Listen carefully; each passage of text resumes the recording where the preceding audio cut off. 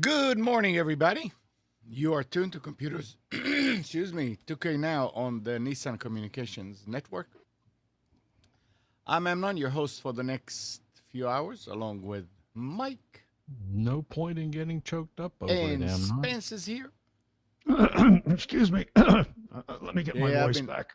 I swallowed a frog in the beginning of the week, and it's still there. Oh, Our numbers, 919-518-9773, Computers 2K Voice on Skype. And this morning's show is being brought to you by Adamus.com, makers of quality video recorders and converters for professionals. And today is October 26, 2014. And we're here. I guess Nick worked late last night. well, he was tweeting at 2 or 3 o'clock in the morning, so Wow. I'm sure he is sleeping in. Yeah, so that must I just be- noticed a problem. My atomic clock actually says it's the 24th, not the 26th. Isn't that My strange? atomic clock doesn't work either. Because I put the My- I did the specials in a new format, and I saved the file as 10/24/12. My atomic clock Oh. blew. I'm on another planet. Oh well.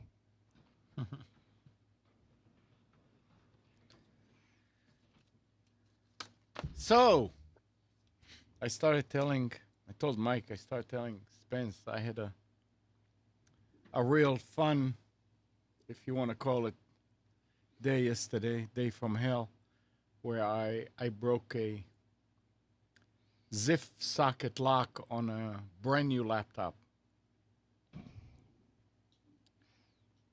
Those that don't know what the ZIF socket, the zero insertion, it's those that hold a ribbon tape, and you stick it in there and you just put the lever down. Well, obviously, it was more than zero insertion force. Yeah. It's because of how I had to get it in. The way that they did it was really bad. I mean, the ribbons were short, and you could open it about maybe, separate the top of the laptop from the bottom about 3 inches, and then you had to go in and disconnect. And the bottom was real heavy. And as I was releasing one, the bottom kind of dropped because that was the shortest one. And as it did that, it snatched the next one, which it's a very small one. And I found the lock, and one of the hinges on it, one of the sides were broken. I said, well, never forget about that. But he didn't care about the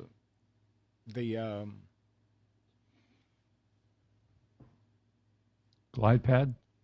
touchpad. Yes. This was the connector for the touchpad, and but what I ended up doing was I took Scotch tape and stuck layers of it to the top of the tape itself until the point that when I inserted it there, and it only goes in like a fraction of a 16th of an inch, under there until it actually, when I inserted it, it stayed in place. So I knew it had contact. And then secured it with hefty dose of hot glue. And everything Hefty? is working. But then I made he wanted to put an SSD to replace the SSD. So you had to go and do the Windows backup to, I mean, not the backup, write the operating system to DVDs off of the hard drive. And I don't understand why they only let you do it once.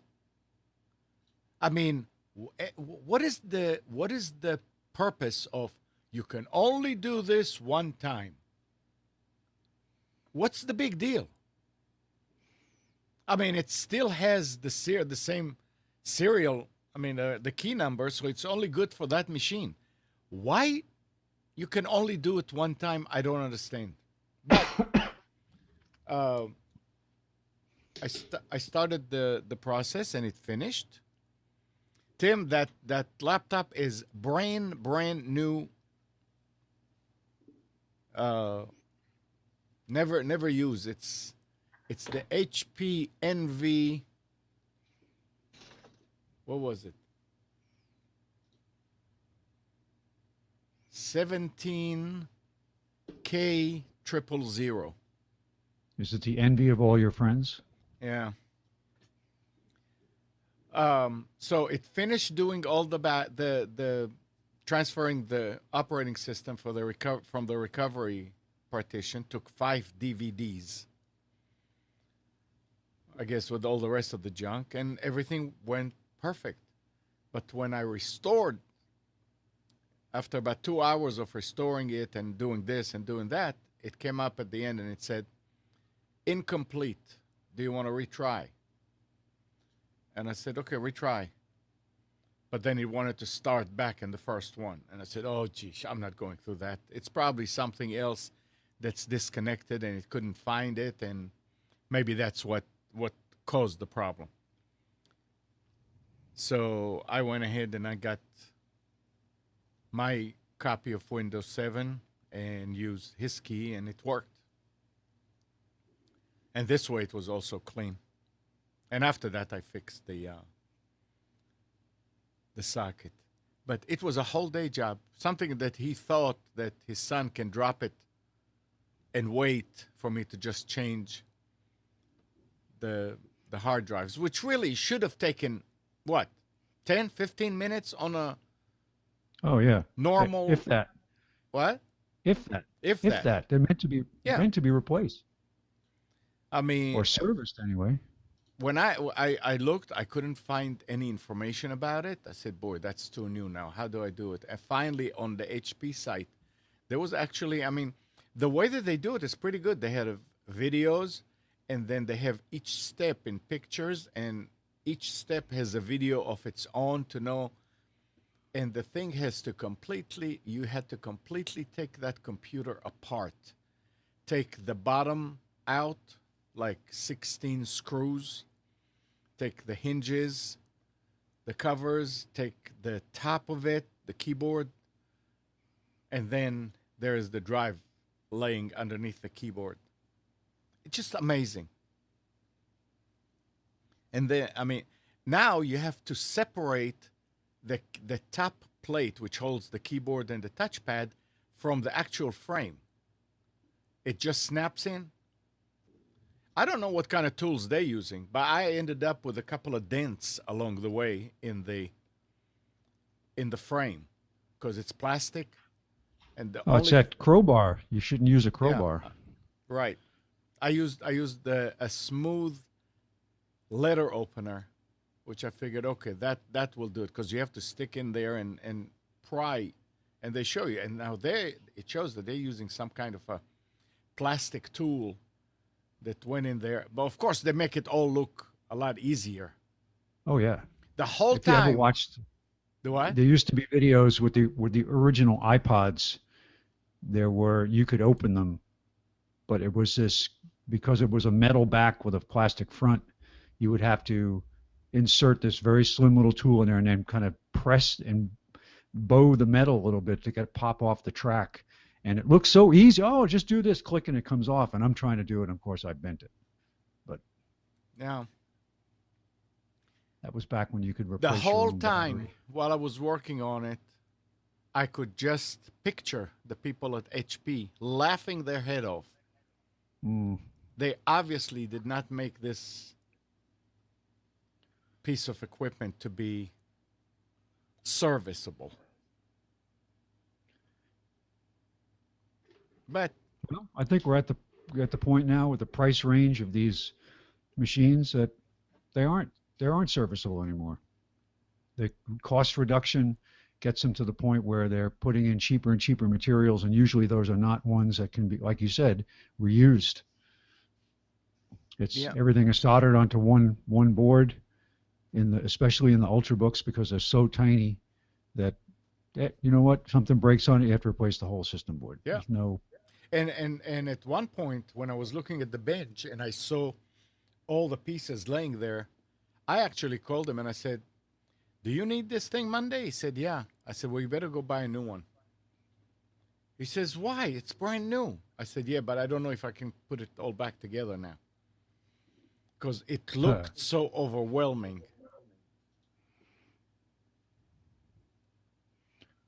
Anyway. So I have a quick question about the Hangout. I had a lower third saved and said to auto load, but it didn't. And I can't even turn it on now. What do you mean you can't turn it on? I go into the toolbox and it's on, but I can't get it. It just doesn't appear. You know, Nick had the same problem. Interesting. Isn't that? I'm just looking to see what's on the bottom screen. It's your little logo on the bottom there. But on the bottom of the screen? On the bottom of my window now, it says the date and Nissan Communications. Oh, that's at the bottom right. That's on the screen. Yeah. That's not in the Hangout. No, I know it's not on my side, but it appears on the web.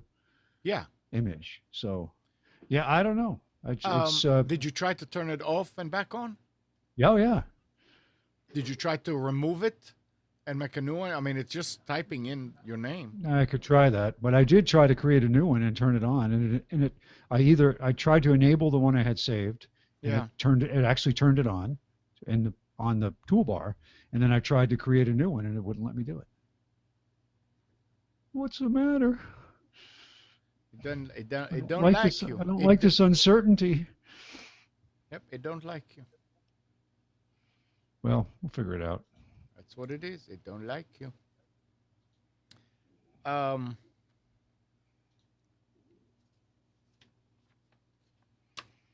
So, Mike, what's going on? Well, I have no idea, Amnon. That's what I come to Computers 2K now for, to learn what's going on, Amnon. Oh, okay. Well, so you're here now, and you can just sit quietly and listen and learn, right? Yeah, I'm gonna try. Right. Sure. I did see that there are only 15 Apple I computers left from 1976, 75. One of them just sold at auction for $900,000, which means the price hasn't changed a whole lot. Yeah. Oh yeah. There it goes. It worked, Spence. It's fine. It's fine. What gets me about it says here that according to reports, there are currently only about 15 Apple I's still in working order, but they always tell me they just work. So why are only 15 still working? The rest of them were lost in a flood.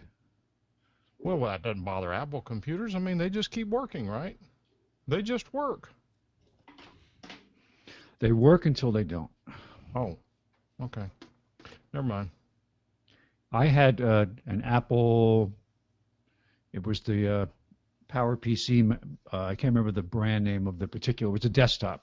Back in the 90s when I worked for Synoptics, the desktop of choice for everybody was Apple. Although technicians, we had to have a second PC because we needed that for terminal and programs that we use to connect to networking devices to configure them. But we had Quadra, that's what it was.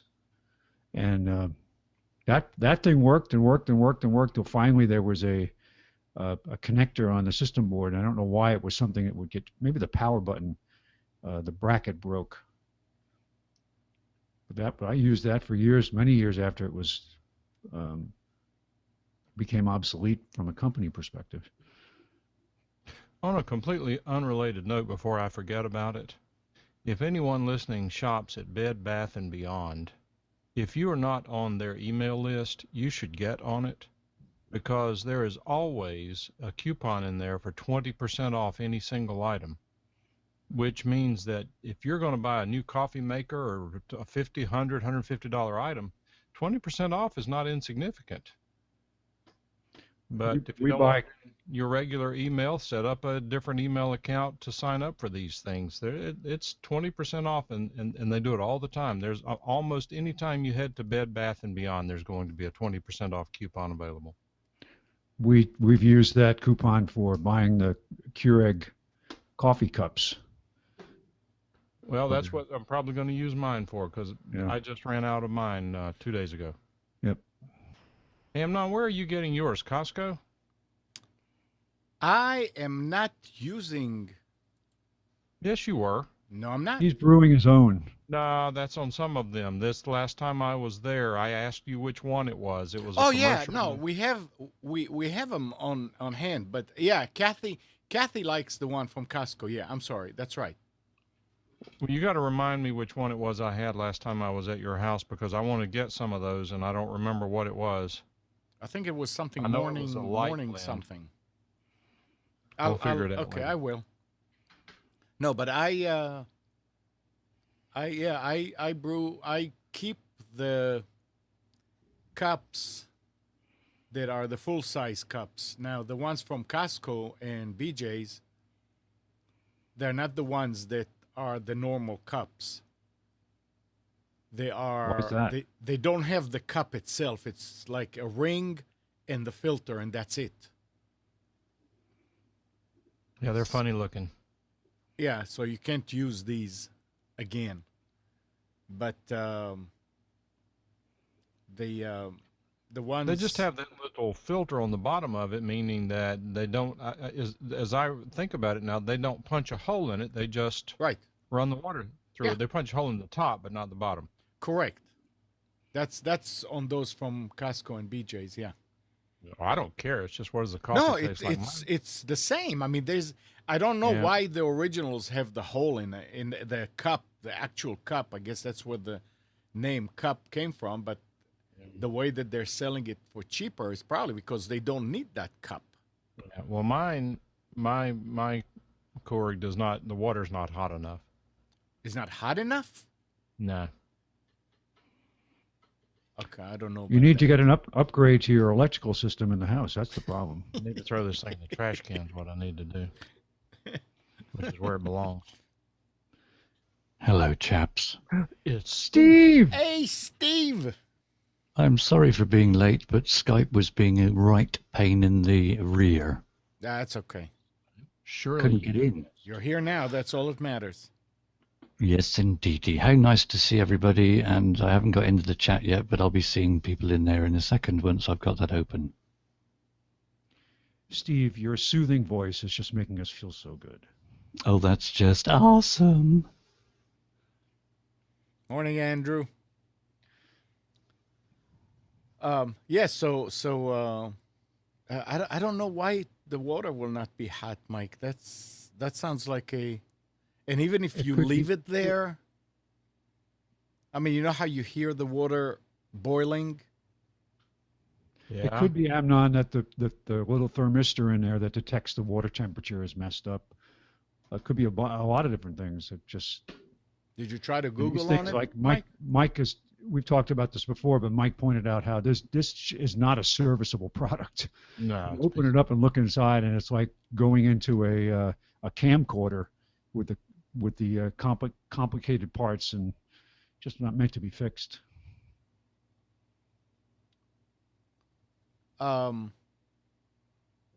I think I figure everybody was telling me that the pump on these things would go bad quick.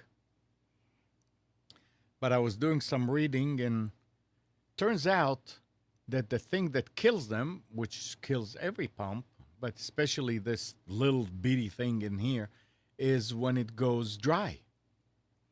People put water in the tank and wait until it drains before adding water. And in the beginning, I remember it just like the blue light flashes and all. So now I never let it. I never let it go down. I mean, even if we fix 2 cups, I fill it up right away, so it stays up. It stays full. I don't know. We'll see. But yeah, Mike, did you try to Google on the temperature and see if other people? Nah, I'm not gonna waste my time. well- It's not unusable. It's just not what it should be. We have one at our office, the commercial model, that's $1,000, and that thing will peel the skin off. It's so hot. There's one thing that you need to think about is, bless you, is the new ones. Apparently, I don't know if they already implemented it. The new ones will read the cups, and you will not be able to use any of those aftermarket or off brands in them, because that's how Keurig is making money on the cups. So Well, that means I'm not going to be using one of those. no, what I was saying is it's a good idea to just buy another one now to keep spare. Well, if you think about it, Amnon, we even went back and bought an old percolator for the fun of it a few years ago. Mm-hmm. And guess what? It's cheap and Yeah. it works perfectly. Yeah, but it's too strong. Well, then you put more water and less coffee. Well, yeah, but then nobody else likes it. Magic. Oh, heck with everybody else. I'm not worried about me. Well, yeah. This is like the nice bun machine that Marshall gave us, and it made great coffee. But Kathy likes it strong. I like it light. And you can't make 1 cup, so you end up making 2.5 cups. And if she made it first, then I'll have to pour it out and fix more. And if I made it first, then she will just put it aside and pour it out and make new. And boy, did we sorry, Mike. It's because you're talking. It's were you trying to tell me something? Nope. I Oh. have no control of you switching the double box. We were wasting coffee like crazy. So the Keurig is actually saving. 80 K-cup Wasting coffees is sin. Yeah, it is sin. Coffee or tea. Oh, It tea, you is- can waste as much tea as you like. You can throw it in the river, do all sorts. I don't mind. Tim Coffee is saying, like craft beer. It is a big freaking business. Tim is saying 80 K-cups for $40 at Sam's Club. I think it's less than that at BJ's. It's also 80 cups. That's but- not bad, 50 cents a cup, considering. Yeah. We get 2 cups out of 1 shot. We'd shoot 1 cup twice. And the way to do that successfully is to use 2 cups and just you press the button, you put 10 seconds into the first cup, you dump the rest into the next cup, then you start the same process, 10 seconds the first shot, and put it back into the first cup, and then you got 2 cups the same strength out of 1. Isn't it weird the things we do? Oh well. Yeah, Gene says Keurig are a pain. So he went to Mr. Coffee. I'm thinking about it. One of those that has the filter that will actually allow you to pour 1 cup from the top and 1 cup comes out, and that's it. Not the one Keurig that, are expensive. what? The cups are expensive. You're talking, if you have to shop around and buy a bunch at one time, I believe just the pricing that someone posted here, like Well- 40 cents a cup is cheap. Well, Yeah. the thing is, the way that I do it now, I don't know how much it costs me. I mean, Well, I'm money's no using object you I've have got a life. whole pile of cups that I opened up and cleaned, and I rotate them. I have them in bags, but I have like 4 of them on the counter that I rotate. And you put 1 spoon of coffee in there, and actually, eBay has, they're sort of like rubbery plastic tops that lasts forever so far. I mean, I had them for over a year. It's a black top. This guy designed them and he's producing them, and they're like $3. And you put it on, and that's so. I don't know that how much would a teaspoon of coffee would cost, but that's it, and the coffee comes out great. You violating the EULA on that if you do that. Yeah, It says right on it's when you open that box, it says you agree to the terms and conditions that Keurig sets for you, and you cannot use any other competitive product. Well, apparently Just do that's what I do. Set Appar- one of the filter holders on the top of the cup and then put the coffee in a filter. You can get it as strong or as weak as you want it every single time. you know. Say that again, Steve. You can get a filter holder that you just stand on the cup and then put a filter in, put the coffee in the filter, and then like you do with an old-fashioned coffee machine, Yeah, and then you just pour in the water so you get as much as you want any time. right. I was just thinking, one of them cones. Yeah, exactly. Yeah, and you just let the water run through it. Yeah, That's that's how I true. start my day every day. Yeah. Well, it's sort of like the same thing with reusing the cups. I don't like being tied to things that say you must do this and you can't do that. That's No. sorry, I live in the 21st century.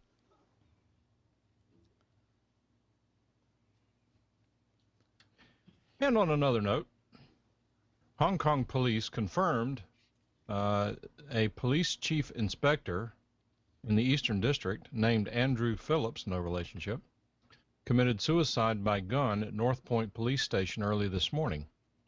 Phillips, 50, has had 27 years of experience in the Police Special Administrative Region and the Chief Inspector of the Criminal Investigation Unit.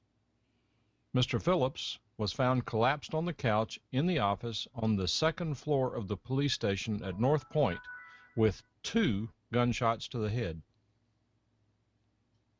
How did he manage that? I don't know. It's pretty efficient, though, isn't it? Yeah. That's kind of interesting, just killing yourself and getting, I don't have 2 shots.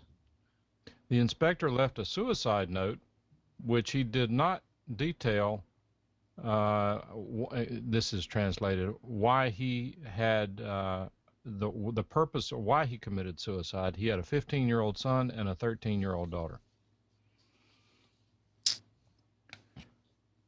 I can't begin to even imagine the distress and stress that someone must be under to consider taking their own life. But I understand that the people who go through this, it is so overwhelming that is the best choice they feel at that time.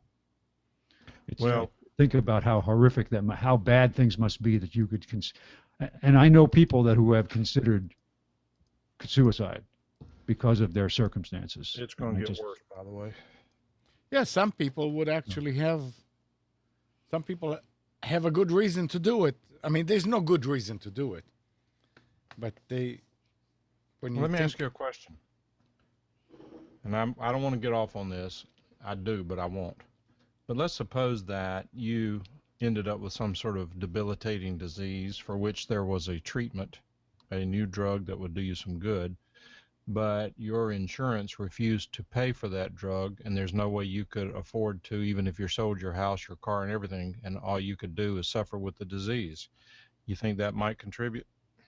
Absolutely. I'm not denying that I wouldn't say that there are not circumstances where it would be the thing to do. And I'm not saying that from a positive perspective, but absolutely.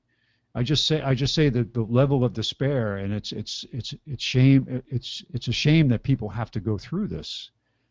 Yeah. Closest I ever came to that in my life was years ago when I left a job for another job, and it wasn't working out very well, and there was a lot of stress. I can remember driving home in the car one day and thinking, Joy, I could just solve all my problems or just turning into that tree. That's how stressed out I was, and it's like then I thought like, well, that's stupid. Why would I do that? I can't do that. I have a family. I have a Right. responsibility. That's the thing. You have to. That's the hard part. Yeah. You need to think about the rest. But Yeah, if realizing that and thinking above that above all else is difficult.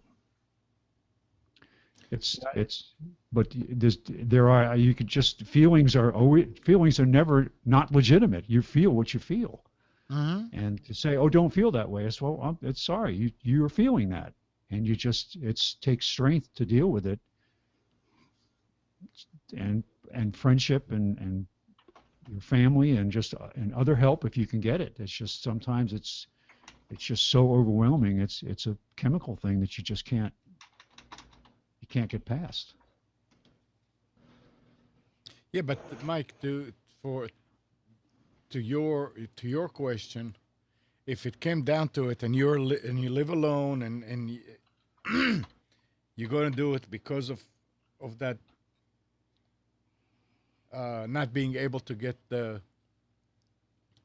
medication and all that could help, and you decided, yeah, you're going to do it, I would say at least I think I would leave a note and explain why I did it, and explain that it's because of this and that, and maybe it'll do good later on for people. Well, I'm not planning on it, Amnon, but if I ever do, I'll try to remember that. Okay. Yeah, but you don't know what you would do in the Don't depths try of that at despair. home. No, you don't know what you did. Nobody knows what they would do. All right. I mean, I have and I'm not in any way, shape, or form shy about admitting it, I have a spiritual aversion to suicide. I don't think that's within our domain to make that decision. But again, who am I to pass judgment on anyone else and what they're going through? Until you've been there, done that, you probably don't need to be passing judgment on people who make that choice. No. It's difficult for anyone to understand Yep. unless you've been there yourself, I think. Right. Yep. So anyway, to switch gears here, more than 24 cities in 19 states announced that they're sick of big telecom skipping them over for internet infrastructure upgrades, and would like to build gigabit fiber networks themselves and help other cities follow their lead. Sorry The about Next that. Century Cities Coalition, which includes a couple of cities that already have gigabit fiber internet for their residents, was devised to help communities who want to build their own broadband networks navigate logistical and legal challenges to doing so. That's it. That's what people should do. Get organized this way. Well, I have a solution. I mean, I have a very easy solution to that. Just get the UN involved. That's all. Yeah, right. Yeah, that's going to solve all the Getting problem. involved. It's just hysterical if you follow the stories out of Detroit, because people are getting their water turned off because they're not paying their bills. So the UN, this is the same. Isn't Detroit the same city where Hugo Chavez was providing oil for the people so they could heat their houses or something crazy like that? I think it was some city. I remember something. I don't know if it was Detroit, but They're turning off the water supply now, and UN is like investigating. Well, you can't turn off water; it's an essential thing. Well, if you're not paying the bill, it's just this. The UN has made statements saying that like internet access is a human right, things like that. Yeah, I'm sure that if you don't pay your bill, if you took a couple of buckets and went down to the Department of Water, to the municipality or whatever, they'll let you fill it up and take it home. So yeah, Well, you know, I mean, it's a gray area because I'm sure there are people that are desperate in desperate situations that can't pay their bills.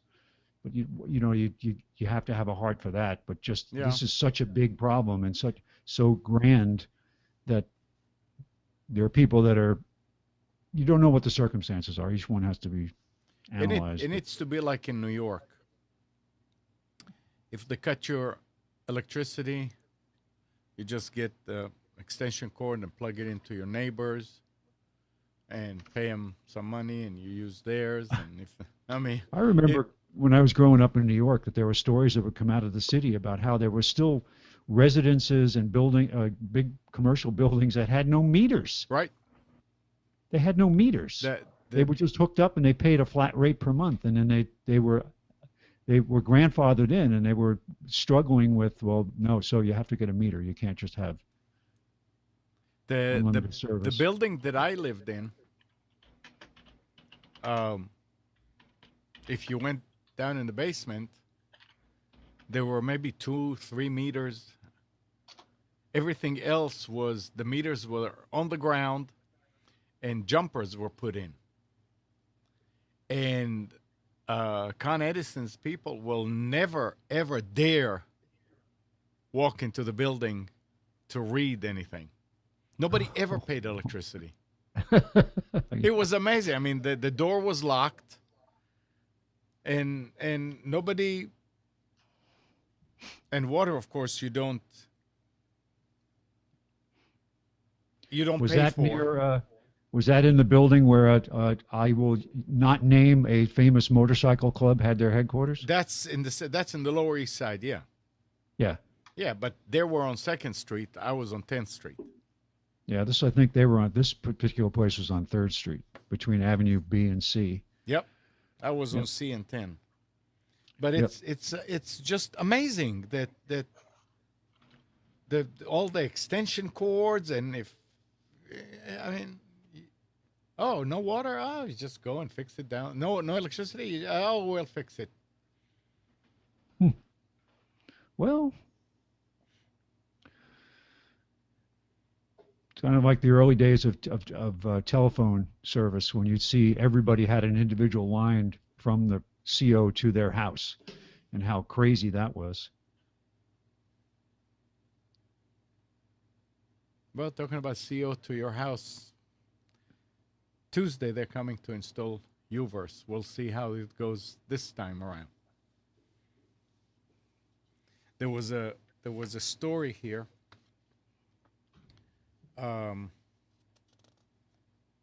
Mike is going to love this.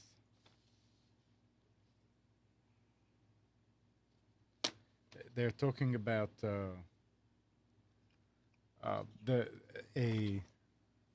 digital divide.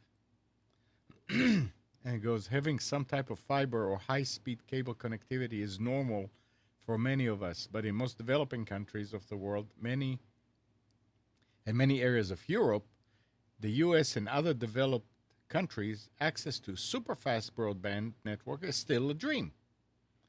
This is creating another digital divide. Not having the virtually unlimited bandwidth of all fiber networks means that for these populations, many activities are simply not possible. For example, broadband provided over all fiber networks brings education, healthcare, and other social goods into the home through immersive, innovative applications and services that are impossible without it.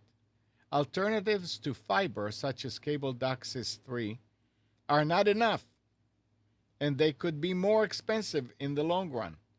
The maximum speed of DOCSIS modem can achieve is 171 by 122 using 4 channels.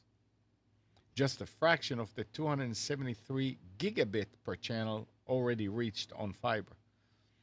So now there's going to be a complaint by people, well, I don't have fiber.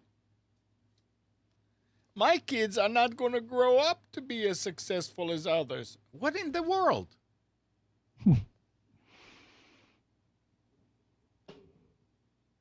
I mean, anybody here sees something wrong with having 30 by 5 like we have here? Is there something you I'd love to cannot? have 30 by 5. I've only got 8 by 1. Yeah, okay. But I And mean, that's on a really good day. okay, now Steve, what can't you do with your speeds? Well, I can do everything I need to do. It would just be nice to do it faster if I was able to. Okay, but can you think But about at anything? one up, you probably run into issues though if you try to, like if you started uploading something right now, your voice quality would go into the bucket. So Yeah, I mean, this is one of the reasons I don't use Dropbox and things like that for online backup, because the upload speed's ridiculous. I think you should petition Parliament to fix it for you. Andrew's saying 30 by 5 is awful. Well, that would be a luxury for me. Yeah, he says he's got 150 by 150 and he's just getting by. Come on, Andrew. I feel so sorry for you, Andrew. I don't know how you cope. I know. I mean, seriously, if you wanted to take a course over the internet to learn, you can do it with 30 down. What can't you do with 30 by 5? Or with, you know what? Let's go with the minimum here that they have, which is 15 by 1. What can't you do? Mike, can you think about something that you cannot do? Well, for the average person, no. But if Right. you're doing things like broadcasting, Yeah. like we're doing and what have you, then it's a completely different ballgame. Right. I mean, That's Andrew's a different burning up- story. That's a different Andrew's burning story. up- Sure. You can say the Andrew's, same. bur- Sorry, what? Andrew's burning up terabytes a month, and you can't do that with a 50 by Right. 30 by 5. But if you were going to build a huge cooler, I'm talking about walk-in cooler, to put 20 tons of meat and keep it frozen, you can't do it at home because nobody can bring you that much electricity to your house. So what? So is this a disadvantage? I mean, there are certain things that you do on the internet, and that's it. So if you're a broadcaster like Andrew, like us, like others, then yes, you need something faster. I mean, I'm doing it with 30 by 5. And every now and then it becomes a problem, so I'll go and shut down one of the streams. But other than that, it's very few between. Kathy's using her tablet. She's watching movies, and all these things are happening on the down. The up is what's important to us, because we're sending stuff out. So we'll see as of Tuesday when we have Uverse how it's working, and then the next step will be AT&T Giga. What do they call it? Giga Power. Yeah, Andrew, we're going to have 300 by 300. Then we'll see. I don't know. It's there's a 90 limit. days after you get And that's going to come in. That's going to come in on copper. That's going to come in on fiber. So they say. I don't know. This is all what they say is going to happen. It's right now. It's promises. Let's put it this way. What's the EPA rating on that? How many miles per gallon?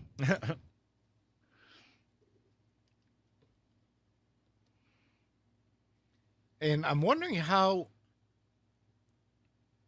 Andrew, does your internet, does it come in on a coax or on Ethernet? The FiOS stuff.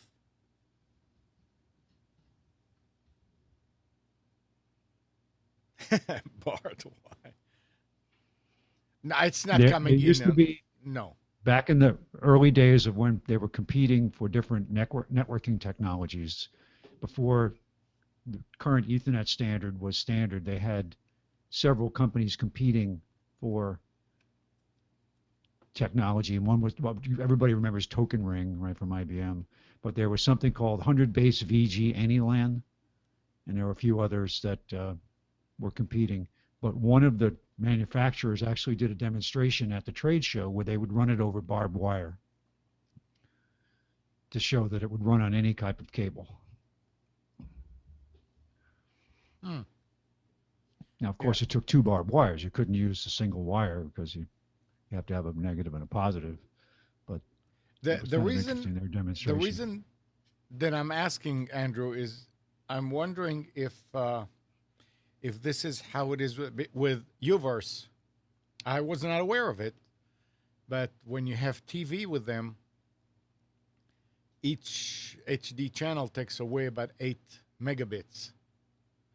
So if you have 3 TVs at home and they're on HD channels, you're using 24 megabits, which is their next package down is 24 by 5. It costs the same apparently as 45 by 5. I know that with Time Warner, with coax, that's not how it works. It doesn't take away from your bandwidth. So I'm wondering if Fios is like that. Because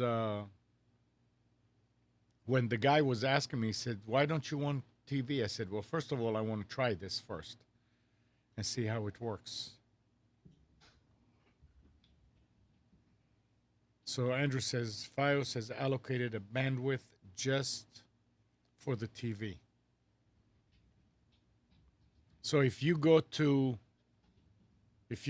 TV on or 2 TVs on and you go to speed test, you see the full 150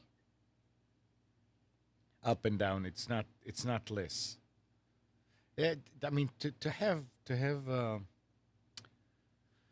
UVerse here is going to open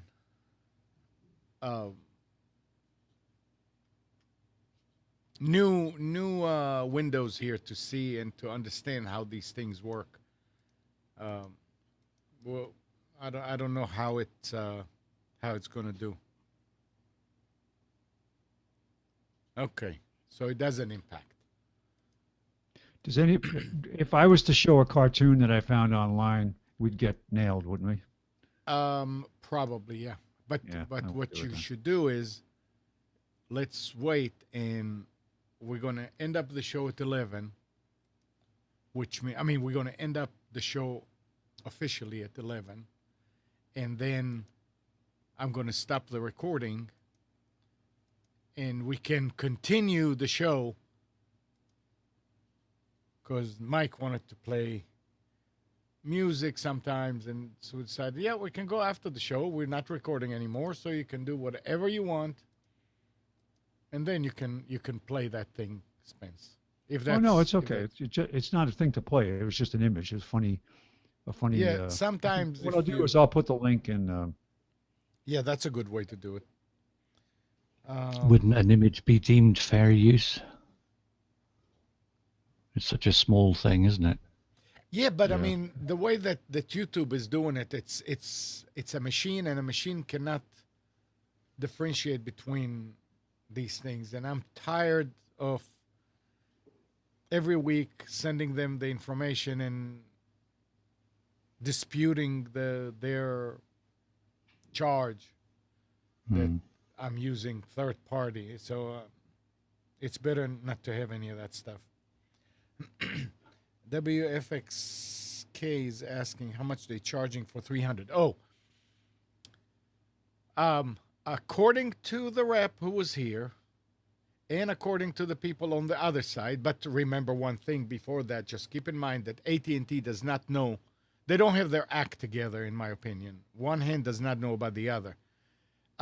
They claim that it's not going to cost current UVerse customers anymore to go from 45 by 5 to 300 by 300. That if you already have the 45 by 5, then it's going to be free. Again, I guess we're going to have to wait and see. That again may be just promises. I have it in writing. Does it mean anything? I don't know. But the reason why I even considered this, and I think I said that before, the 45 by 5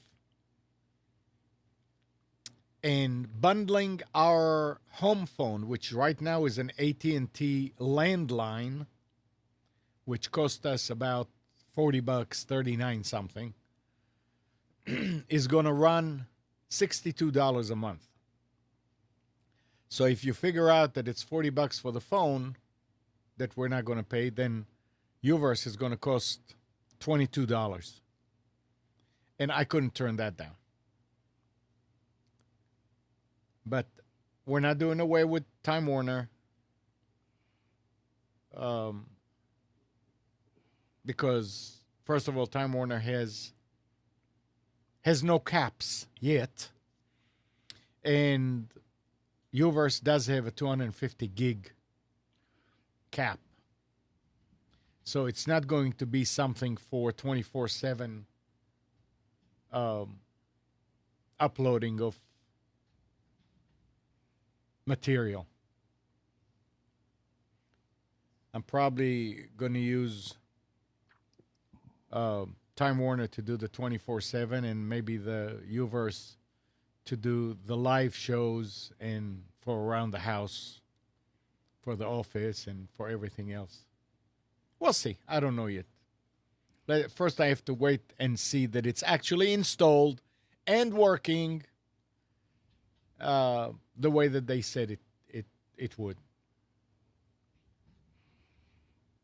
Anyway.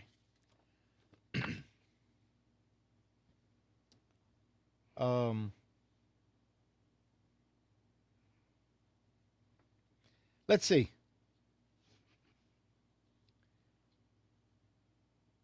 This is, again, they're talking, I think, about Europe, and they say government plans that mean computer users deemed to have damaged national security, the economy, or the environment will face a life sentence have been criticized by experts who warn that the new law could be used to target legitimate whistleblowers.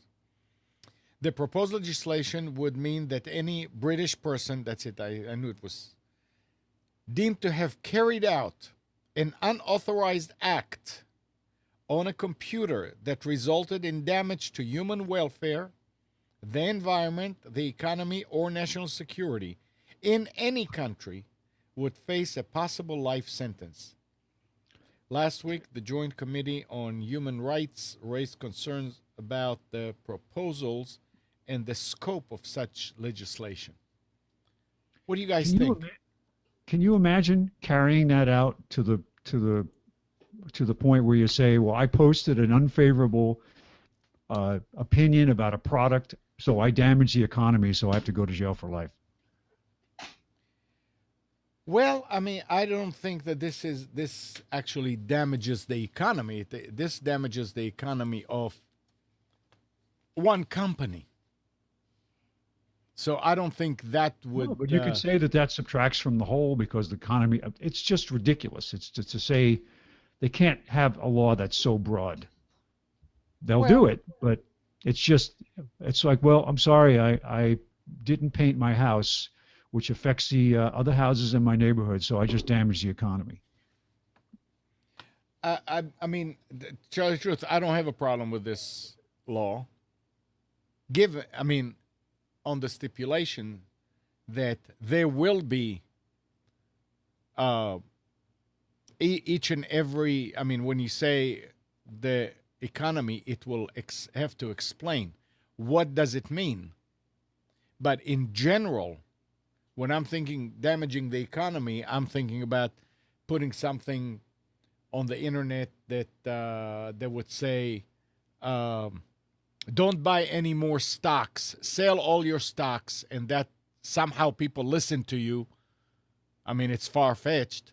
And the next day there was a run on the banks and all that damages the economy.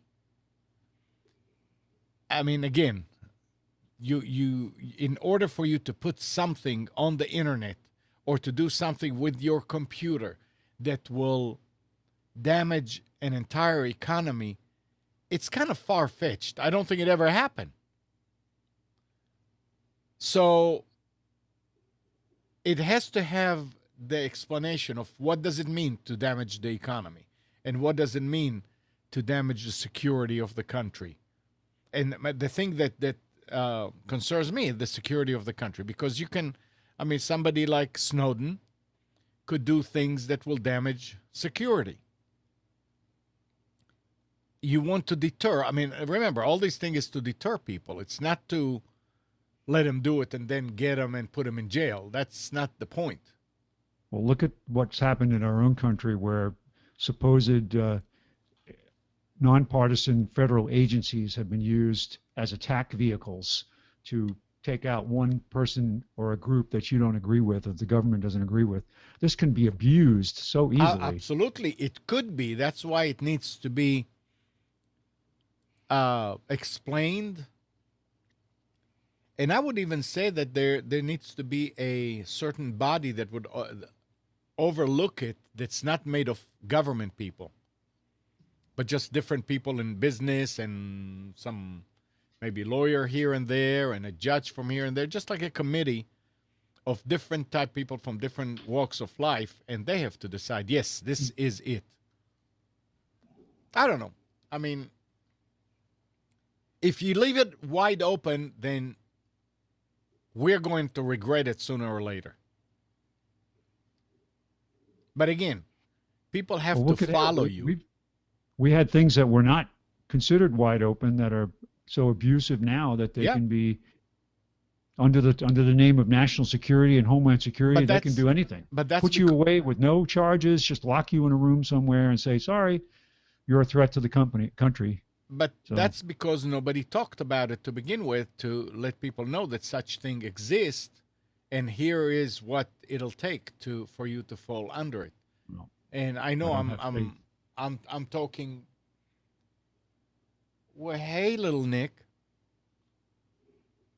Didn't see you come in. Morning. Morning. I'm talking instead of Mike, I think. Mike, what do you think about this? I mean, is that a possibility that something like that could be overlooked by some type of a committee of different people from different walks of life that could be fair and effective?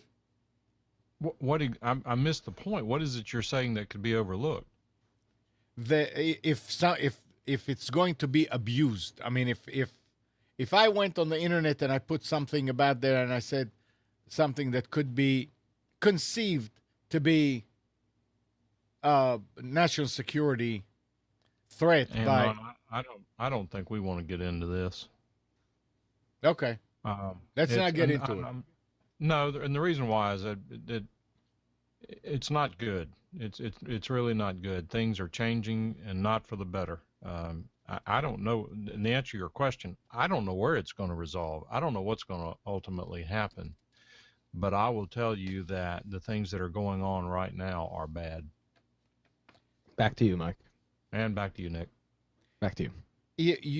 There is one thing that a lot of people here in this country are not thinking about when it comes to things like these. Many countries out there in the world do have laws that if somebody does something, they'll get them. I know in Israel they do. And Israel is a democratic country, and nobody ever complained about any of these things happening. So it works if people get used to it and say, and you know what, look, it took a 9/11 for us to even think a little more security.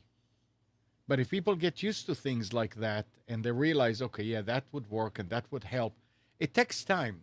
But right now, yeah, it's going to be bad. It can be looked and seen as bad. And that's because we don't know any different. But anyway, let's keep going. So what's happening, Nick? Nothing. I was We I heard was you were working last night. tweeting at 3. What? Yeah, well, this is so. So I get home around midnight. I worked a wedding last night, and um, winding down, and lo and behold, I open up my phone and I load up the weather radar, and there's a thunderstorm heading our way. So, you know, you got to stay up and keep people informed. So I was up till about 3. So yeah, that's why I was late this morning. I apologize. That's okay. No, that's fine. But we got to keep the people of Albany informed. You have good reasons to stay. It's not like you were partying. I was having a Well, party. It was great. I was you very were at excited. the party. That's right. So I've my snow cam. I threw this thing up again. I want to throw it in chat and see what everybody's opinion is Yeah, of put it. it. But we did. I demoed one off last year, I think, right? I think, yeah. Yeah. I think I talked about it on the show Yeah. at some point last year. And this is the new and improved Is it snowing snow there? cam. It is not snowing. No, it is 49 degrees out. But we mounted it yesterday, and there it is. So any feedback or whatever is greatly appreciated. So just let me know. Why don't you post the picture of what the contraption looks like? I can do that as well. Yeah, let me do that. This is a C920? No, this is a Microsoft HD 5000 Wow, that's a pretty good picture. on 720p. Very good picture. And The that's- only the problem is low light is not good with webcams, as you're aware. Well, is this in that new case? It is, yeah. Mike just asked me to post the picture, so I did Yeah. that, and you can see the contraption.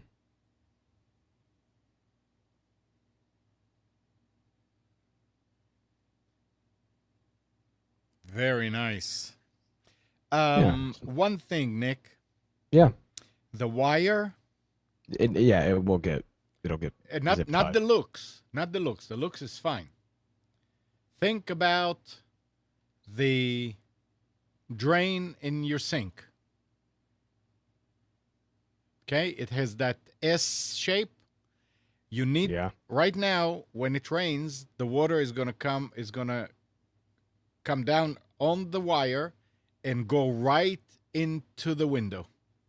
What you need No, to do. I know that that's not the funnel. This Yeah. is just, it doesn't stay out there all the time. I just put it out there for the second time this morning. Okay. Yeah, just make So when sure I put it that there's outside, a, I'm actually mounting the wire. make sure there's a sag at the bottom. There will be, In yeah. the wire, Because yeah. I also need slack for the camera. Very nice. Took you a long Yeah, that time, was but you lovely. came up with a nice. Yeah, I Solution. thought it was going to be a little more complicated, the Yep. mounting process, but two broken drill bits, and there it is. Very nice. Dirty Box is asking if I have a problem with condensation, and not that I'm aware of yet.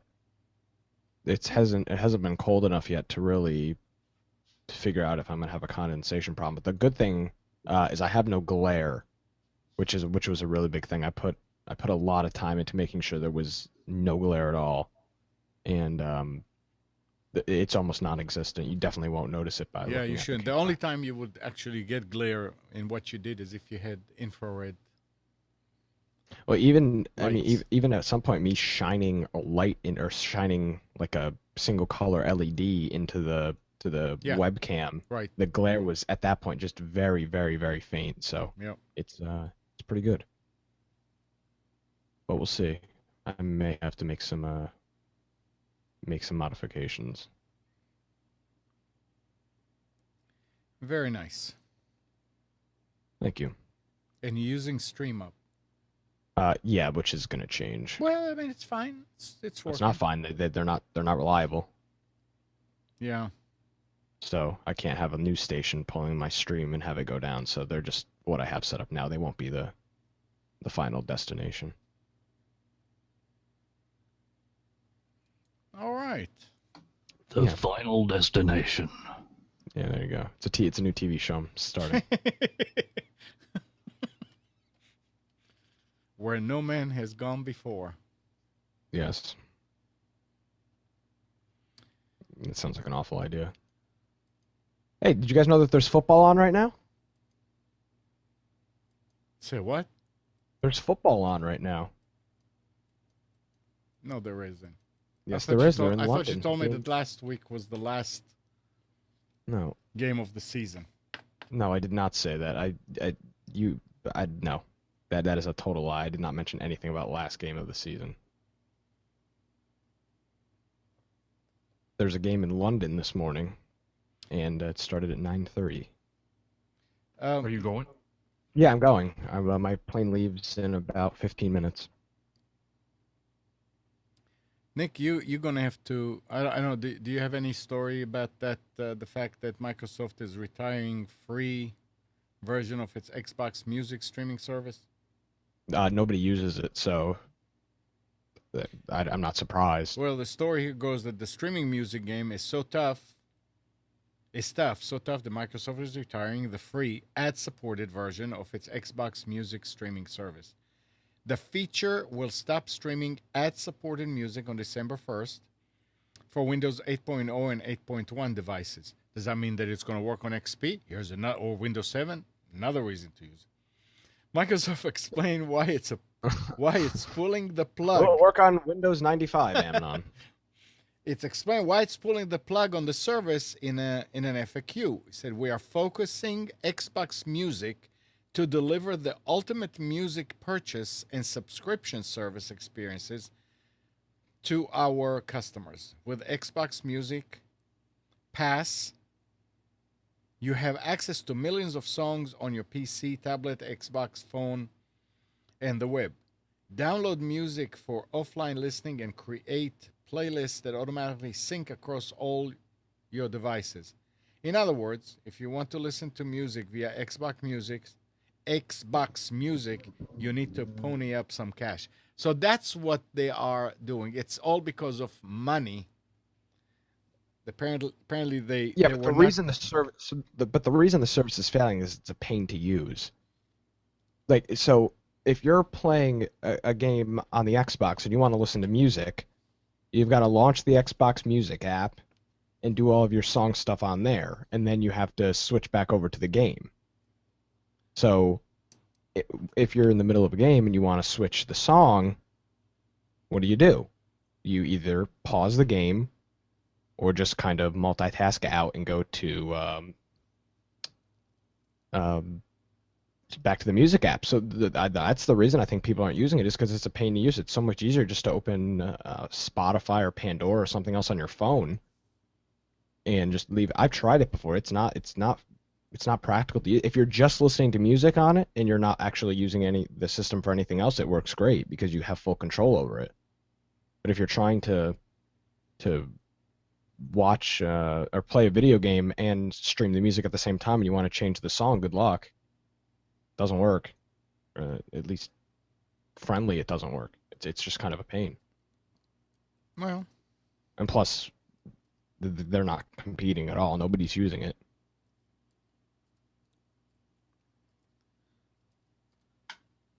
So there's only going to be 7 people that are upset, so that's no problem.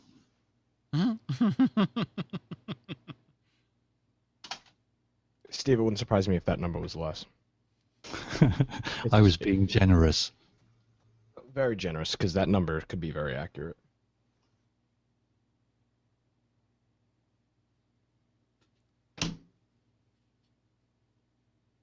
all right, let's see what else. And Spence, we are going to have specials at some point, right? Yes, sir. Yeah. We have a specials today. I Can't can contain barely myself. contain my excitement. So listen to this. As reported by Mac Rumors, the unlocked carrier switchable SIM cards built into the newest iPads aren't necessarily so. At least if you buy them from an AT&T stores. Though the card comes from Apple with the ability to support and be switched among with software, if a change is necessary, all major carriers, AT&T is not supporting this interchangeability and is locking the SIM included with cellular models of the iPad Air 2 and Retina iPad Mini 3. iPad Air 2 and Retina and iPad Mini 3 after it is used with an AT&T plan. AT&T appears to be the only participating carrier that is locking the Apple SIM to its network. T-Mobile's John Legere has indicated that T-Mobile process does not lock a customer into T-Mobile, which appears to be confirmed by Apple's support document. And Sprint process also seems to leave the Apple SIM unlocked and able to be used with other carrier plans. Verizon, the fourth major carrier in the United States, did not opt to allow the Apple SIM to work with its network. The iPad itself can still be activated and used on other networks, but only after the installation of a new SIM. So AT&T is locking you, and then I guess you can get another SIM and stick it in there and go somewhere else. I don't know. I'm not familiar with the Apple product, but can you change the SIM like you used to with the GSM? Was it GSM? With different phones like we used to do in the early days? Because this is really a pain if you're getting something from AT&T and then you can't use it somewhere else. It's another way of tying you in just to them, isn't it? Which is, I think, scandalous. They shouldn't be allowed to do it. Well, they can do whatever they want on their network. If you're buying it from them, then yeah, people need to put their money where their mouth is. I certainly wouldn't get one from them, that's for sure. Yeah.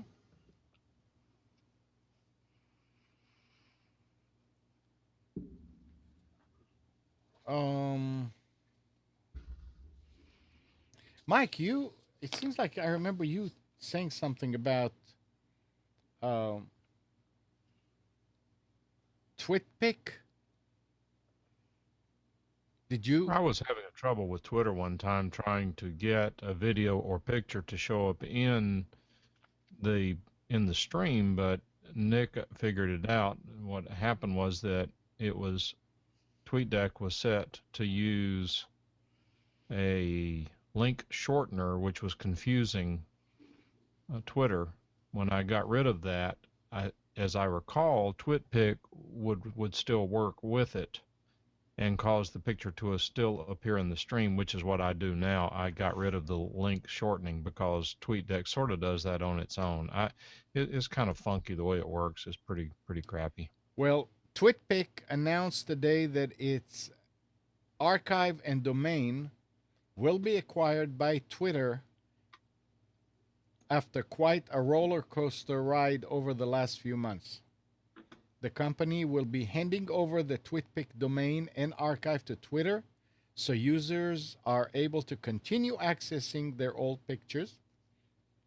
However, it won't be possible for users to upload any new photos, and the mobile apps will be discontinued, said Noah Everett, TwitPic. And he also said that this will be at Noah Everett, final chapter with TwitPic. And again, I want to say thank you for allowing me to be part of your photo sharing memories for nearly 7 years. It has been an honor. So apparently it's dying. The title of the story was that they are giving it to Twitter just so it can live on. Which is good, because they were saying they were going to close it down, and this 7 years of pictures going to be lost. So right. It's one step forward, which is good. Yep. And apparently they just gave it to Twitter. They did not sell it. No, they kept it close to the wire as well. I think it was 25th was the day they said they were going to close down. So the last minute negotiations worked out, which is brilliant.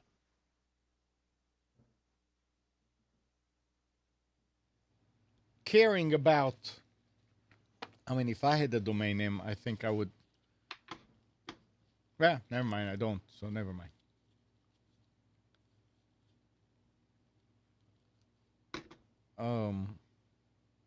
Anybody has anything to talk about? Anything happening in the chat?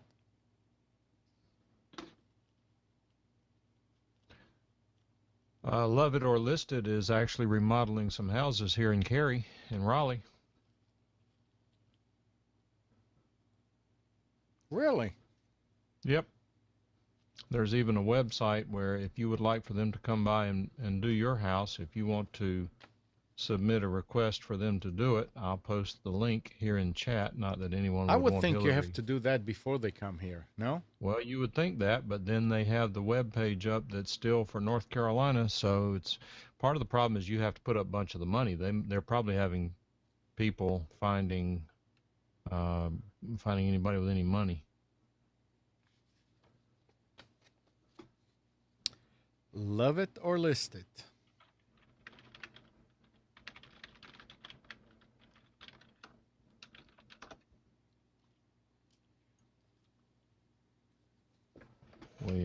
We thought about but you got to do a family photo and all these. I mean, the problem is these things, from what I've been told, are fake anyway. Yeah, this what I heard actually from someone who had firsthand knowledge that if you've seen these shows on HGTV, what they do is they go in and they have two crews. One crew remodels your house. Another guy finds the perfect home for you to buy. You get down to the wire and you have to decide, do I want to sell my home and move into the new one, or have I been persuaded to keep my home because of the remodeling? And the word that I got is that when they get to that moment of truth on the TV show, when they either have to love it or list it, if they have decided to list it and move into the new home, they've already closed on the new home and they already live there. It's just all TV. And it's also interesting to see some of these shows where they have remodeled.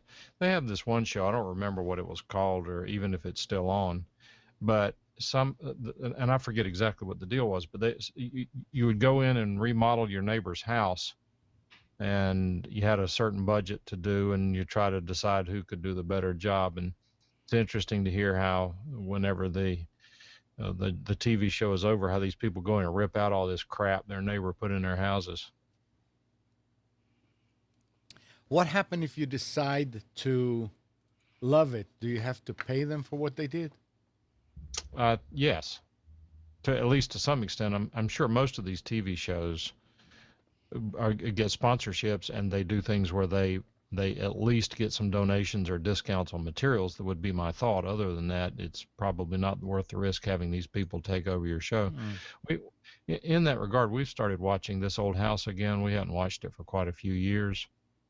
And the current one they're doing now, they're remodeling this historic shotgun house up in Charlestown, Massachusetts, where we just were last month. We actually drove through a lot of the area where they're showing a lot of things, and they're taking it all the way down to the studs.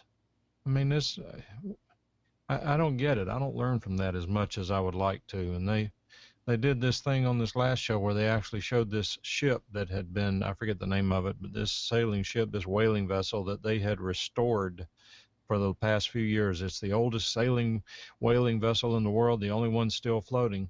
17% of it is original. And is that why? Why is it because they couldn't save the rest of it, or? Yeah, it's made of wood. The wood's rotten, things of that nature, I'm assuming. It's probably just went off the air again, the repeat, but I guess that's the story. I don't know. It just seems a little silly to me. It's kind of like when you go see a musical group from the 60s, the Temptations. It doesn't matter, they're all dead. At least now there's a law that says there must have been at least one original member for them to be able to hold themselves out as the band, as opposed to holding themselves out as a tribute. So maybe it's the same sort of thing. It's interesting that this boat, at least 17% of it is original.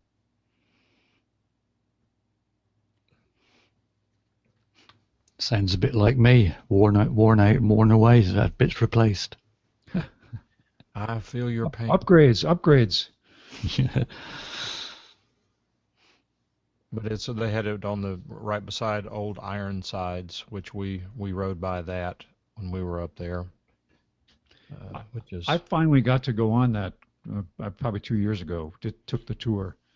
Was It it was worth very it? good, very well done. Worth it? Yeah, and it was just a few weeks after they had actually sailed it. Occasionally they take it out into the bay there and just go tootle around for an hour and bring it back. Well, they have to it has to sail once a year to maintain its commission. Yep. So they sail it once a year, as I recall. It may be that it has to sail under its own power. I don't remember exactly what the tour guide said. Both times we've been to Boston, we took a guided tour because of the things you miss if you don't have someone telling you all the ins and the outs. We did the duck tour for the first time too. That was fun. Hey, Mike, Yes, did you tweet this morning? I did. Okay. Just wondering. Here's a story, and I wonder when it's going to hit us. The Hungarian government has announced a new tax on internet traffic. 150 HUF, which is 62 cents per gigabyte. In Hungary, a monthly internet subscription costs around 4 to 10,000 HUFs, which is $17 to $41. So it could really put a constraint on different service providers, especially for streaming media. This kind of tax could set back the country's technological development by some 20 years to the pre-internet age. As a side note, the Hungarian government budget is running at a serious deficit. The internet tax is officially expected to bring in about 20 billion of their dollars. Though a quick look at the BIX, Budapest Internet Exchange, and a bit of math suggests a better estimate of the income would probably be in the order of in an order of magnitude higher. So here's the government. It's a small country that decided, okay, we're gonna tax traffic. Anything you tax, you suppress. The what? Anything that you tax, you Yeah. suppress. Yeah.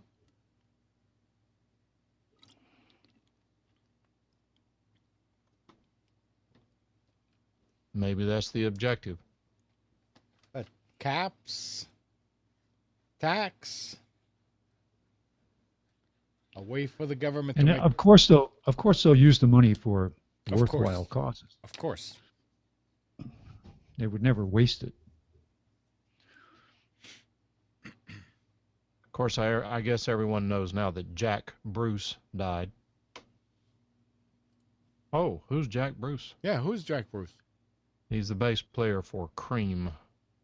He's the guy who sang White Room and, for crying out loud. The two of the biggest Cream songs. He was in Cream with Eric Clapton. So he got creamed. He got creamed. Oh. He was very good. Very, very good. It's what somebody was saying one time that if the people that you know are beginning to die around you, then your time has come.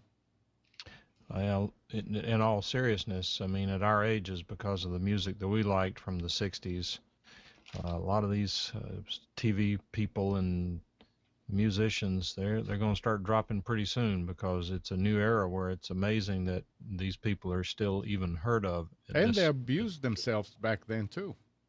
A You lot know more what- than What's interesting is that if it was not for the availability of online music or services like Spotify or Pandora, a lot of young people wouldn't be listening to this music, and they are. And I'm amazed at how much they know and the groups that they follow. It's really startling. Good thing. It just kept it alive in a lot of cases. You would expect you talk to a young person and talk about the Grateful Dead, and it's like, who's that? But they know, a lot of them know who it is. Nick knows them all. Yeah. I was watching a bit of television this week, and I saw Neil Sedaka was on a chat show, and Neil Diamond also, both out on doing tours. And you think, wow, that's a name I haven't heard for some time. And they're still touring. Did you see the study that came out this week that said that your productivity increases if you listen to music when you're working? no, really. Yep. So I think I see a lot of people out and about doing things. They're working and they've got the earbuds on. And some jobs you can get away with it, but I would listen to if I had a particularly stressful day at work and I was in my office, I would listen to classical music in the background, just because it was calming. Here's I'm another. quite getting into ambient music now, like Enya and Enigma, Kitaro, bands like that, or singers like that, because it's, as you say, it's calming.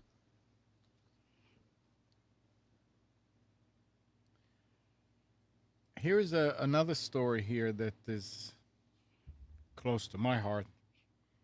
Sophos has a blog post saying, attempts to get users to choose passwords that will resist offline guessing, e.g. by composition policies, advice, and strength meters, must largely be judged failures.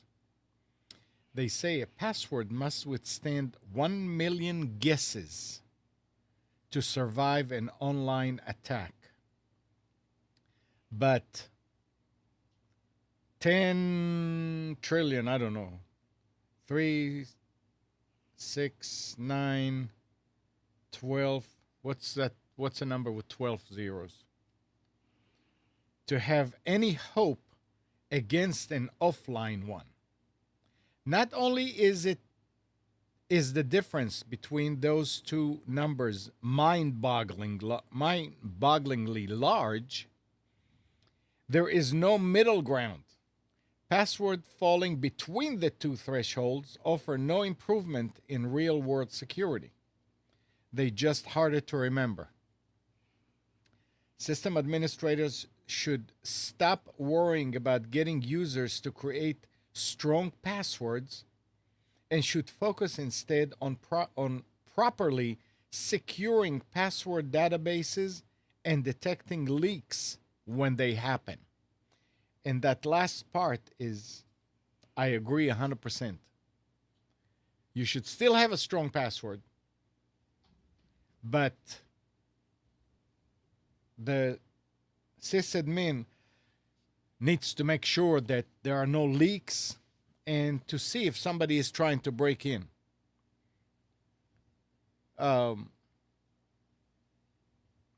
do it. I'm not the system administrator of Delta Force, but I do it as long as when I'm sitting in front of that big monitor and the guys on the Hangouts always see me looking up. I monitor to see if somebody is trying to get in, and I monitor failures of logins. And we have an a mechanism that if you fail so many times, it adds you to a blacklist to the firewall, and you can't even connect anymore. And some of these guys are smart because I guess they figured out how many times it takes, so they'll do it a couple times less. But if I see it, I'll manually add it. It's real quick. And every now and then, somebody would call and say, I can't get my email, or I can't get to my website. And the first question is, give me your IP address, and it's the command that will check and see if they are in any of the firewall lists.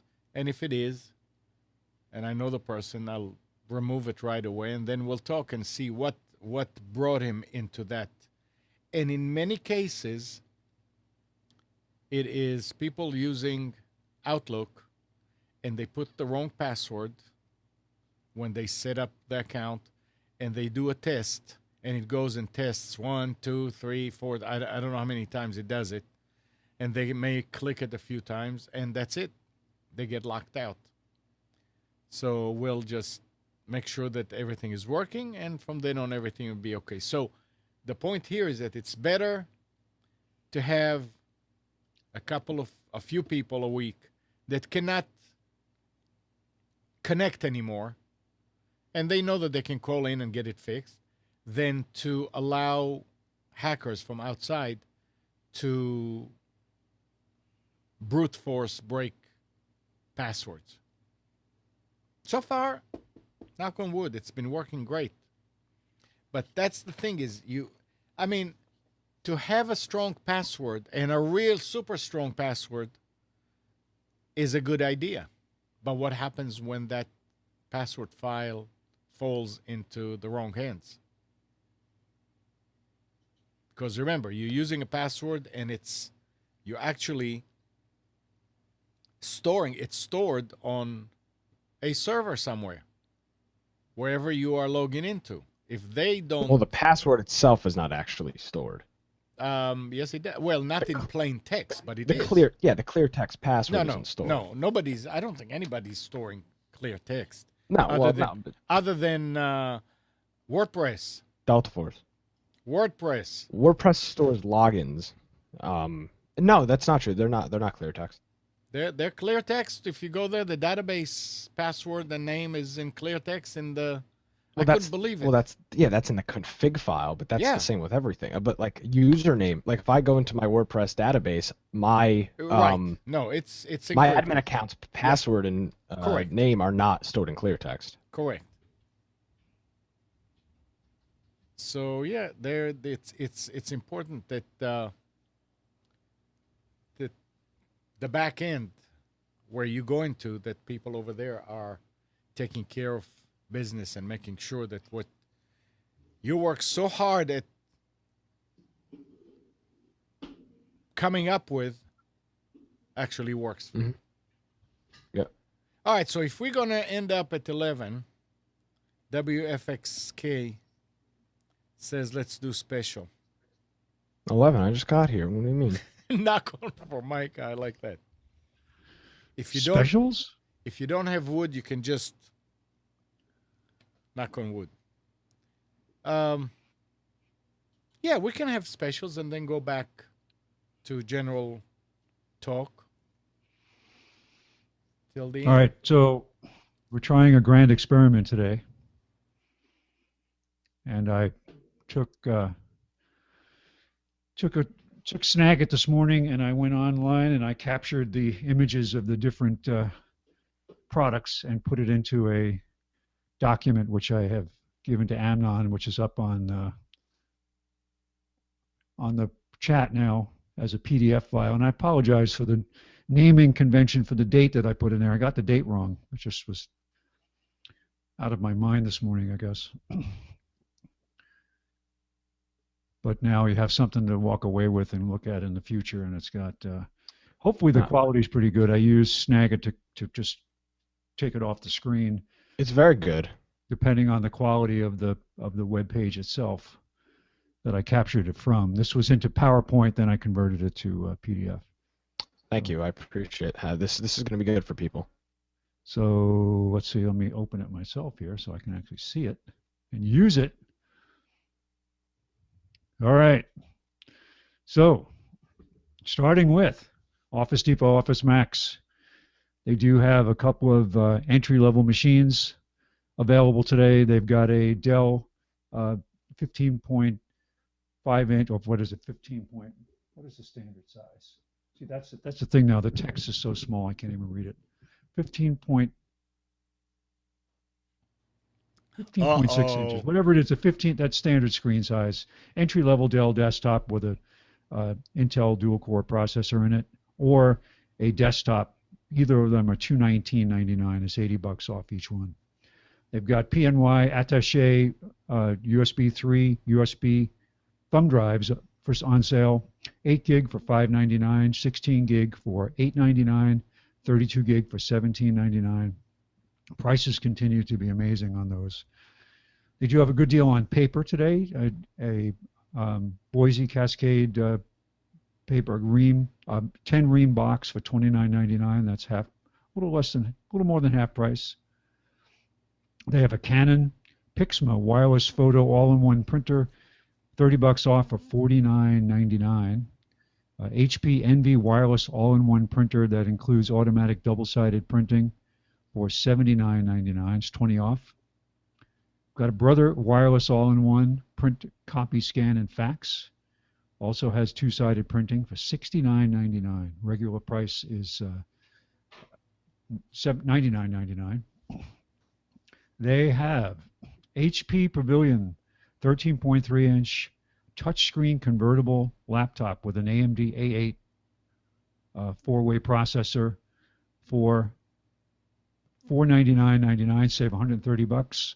They've also got an HP Pavilion touchscreen 11-inch laptop. Oh, no, sorry, 15.6-inch laptop. Sorry, AMD A10 quad-core processor for $529.99, save $180. They've got the Logitech MK320 smaller form factor wireless keyboard and mouse combo for $29.99. That's 10 off. They also have the MK550. That's the larger wireless wave keyboard and mouse combo for $59.99. That's $20 off.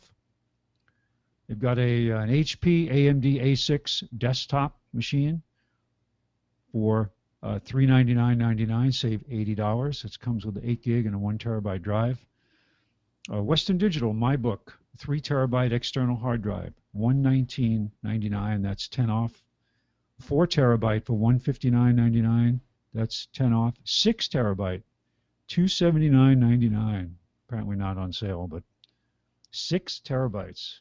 So how many platters and how many heads they have in a drive like that, Amnon? 2. Amazing the density that they're using. They're using alien technology to get that much stuff on one disk. Must be. It's got to have come out of Area 51. Yeah. That's why they're trying to get to Mars so quickly, so they can double that. That's right. They need to go harvest all the technology that's laying in the dust on Mars from that failed civilization that went away 1 million years ago.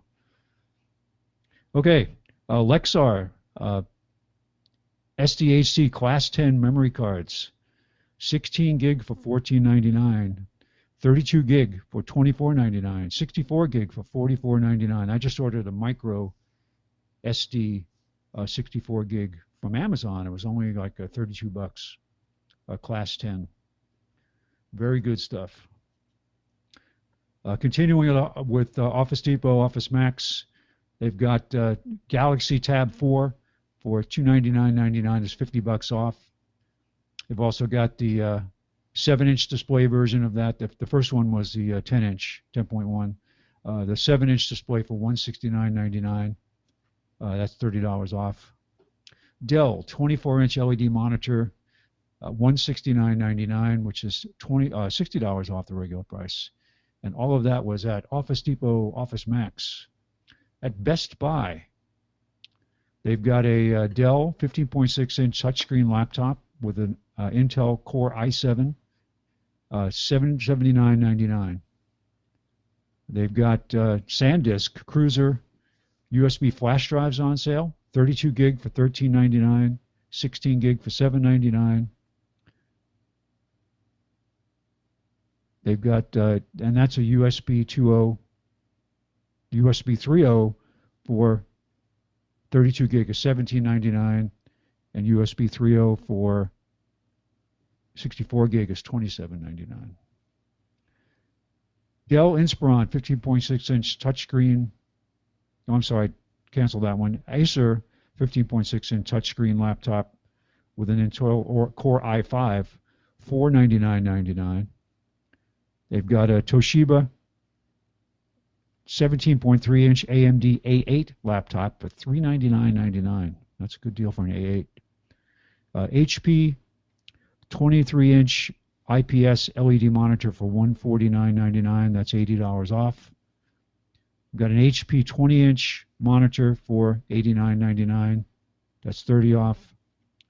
And they've got an LG 21.5-inch LED monitor for $99, save $50. And an Acer 23-inch, I'm sorry, AOC 23-inch LED LED monitor for $139.99. That's $20 off. Continuing with Best Buy, Toshiba, USB 3.0, 120 gig external wireless LAN, USB 3.0 and wireless LAN combo storage device that also supports SD cards, $129.99. That's 10 off. Is there really a need for a wireless storage devices? Is this something that people feel compelled to spend the extra money on instead of having just a USB 3.0 connection? Maybe with an Ultrabook. security. Well, I think. Go ahead, Nick. I'm thinking if you've got like iPads and next a wired storage devices. Good point. Yeah, I didn't think of tablets. Yep. So it could be, and the price is reasonable. Very reasonable, yeah, for sure. Yeah. So it's actually an interesting. Aeromobile is the brand name for it. So $129, $10 off. Samsung solid state drive for laptops, a 2.5-inch form factor. It is a 250 gig drive, $149.99. Now the Western Digital 1 terabyte portable USB 3.0 hard drive, wireless capability also $179.99. Seagate Backup Plus Slim 1 terabyte external USB 3.0 drive, $69.99, save $10. And the wireless devices should probably drive the wired ones, the prices of the wired ones down, hopefully, because they won't be so unique anymore. Western Digital My Passport Ultra 2 terabyte external USB hard drive, $109.99, save $40. LG external double layer DVD plus or minus drive, super multi drive for $49.99, save $10. Netgear N900 dual band wireless N router. Now the price of this is starting to come down. I think the N stuff is going to start to drop as the new AC stuff becomes more and more popular and more devices are built with them and built in. But I have to say at this point, for what it's worth, just based on my personal experiences, avoid Netgear like the plague. I've always had good luck with them. You just wait. They're starting to drop like flies. And when you call it, there's some of them even have lifetime warranties. When you try to get support on them, they want $40 for a support. Just for a lifetime warranty device? Yeah. Yep. Well, actually, I still use a lot of their small switches everywhere, and they, thank goodness, are still working after many years. But my current wireless router is a TrendNet. I'm done with anything with Netgear's name on it. If it's working for you, that's great, but they don't work for me. HP OfficeJet Pro. They call it network radio. I don't know why they put that in there, but it's a wireless all-in-one printer. $129.99, save $70. Samsung Galaxy Tab 4, $299.99. This is the 10-inch version. They have a good deal on paper also, 8.5 by 11, 10 ream box for $19.99. save $34. I'm sorry, that's just starting with Staples. We just finished at Best Buy, starting with Staples. It's a little bit weird following this format, so bear with me here as I learn how to use this. Multi-purpose paper. So that's a good price. Windows 7 PC. This is an HP Tower with an i3 processor, $419.99, save $80. The unique part of it being that the fact that it ships with Windows 7. Staples seems to have quite a few Windows 7 offerings each week, tailored really for businesses because they don't want to go to Windows 8 yet. They've got an HP 15.6-inch Core i3 laptop, $469.99, save $130.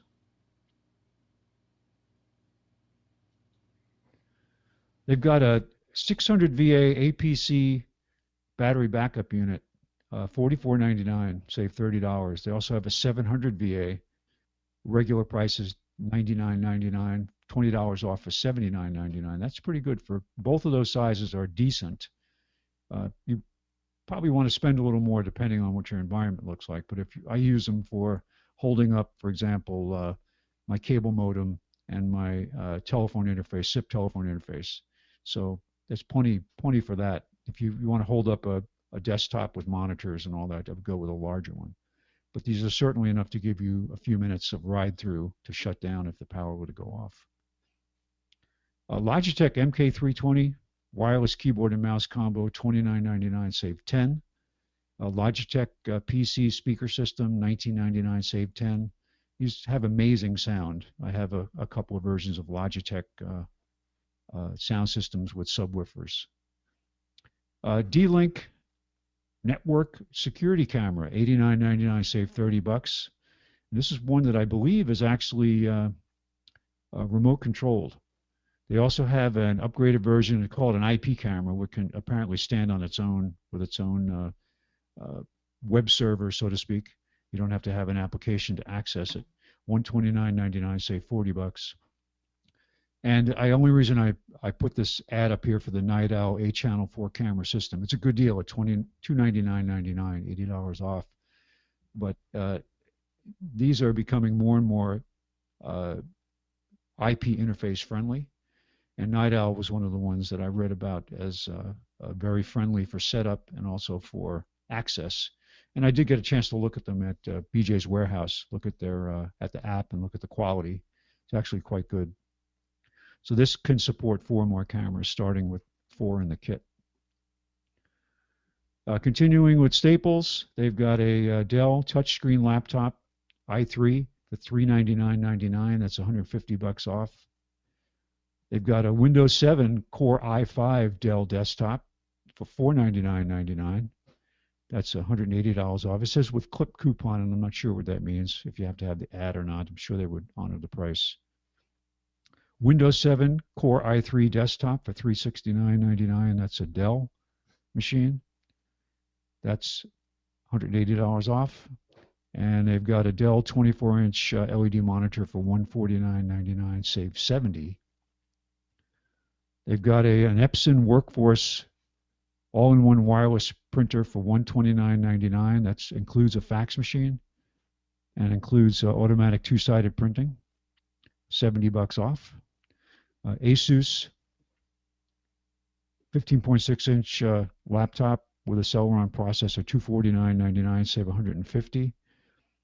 Toshiba desktop with Windows 7 installed. This is an i3 machine, Windows Intel i3, $369.99, $230 off the regular price. And an Intel Core i3 HP machine. This is also 15.6-inch. I'm sorry, 17-inch. $499.99, save $150. And finally, the last page, continuing with Staples. You got 2 Asus desktop machines. One's an i3 for $399.99. That's a Windows 8 machine. But they've also got an i5 Windows 7 desktop machine for $479.99. That's $170 off the regular price.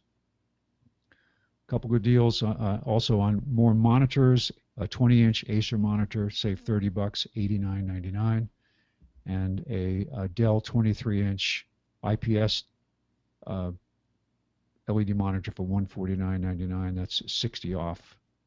All of the Samsung Galaxy tablets are on sale, at least $30 off.